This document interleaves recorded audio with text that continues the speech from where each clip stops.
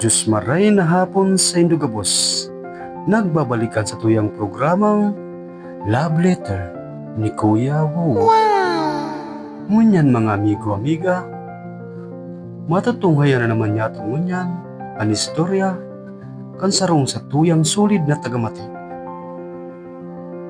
Der Kuya Wu, nagsurat ako sa imo ta gusto ko lamang maghahagad ki advice kung ano ang maray nagibuon sa agom ko.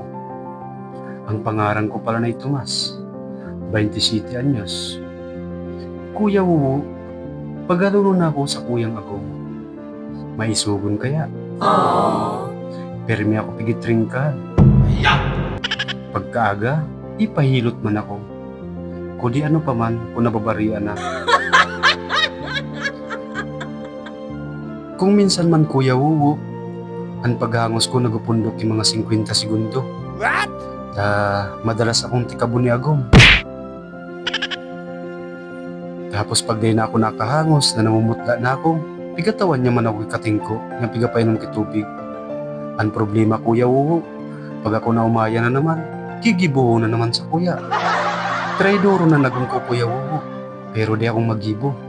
Tamo talaga ako. May mga aldaw pa nga ni Kuya Wu na nabubuhusan ako kimainit. Ang rason niya na lang sa kuya, nahanlas lang da siya. Higitius ko ni Kuya Wu, maski puro na lapnos ang balat ko. Kudi dahil nga rin sasabi ninda Kuya Wu na mahal mo ang tao, matius ka na sana, maski biyong pigkakalintura ka na. Tabangi man ako sa pagsakit ko Kuya Wu, kung anong maray nagibuong ko kayo ni. Para sa tuyang listener na si Tomas, matiun mo ang payo ni Kuya Wu. Dagdagan mo pa ang labing-labing mo. Tabasin na kukulangan sa nasiago mo. Yes! Kudi, kunday na madara sa labing-labing, painuman na kasimbos.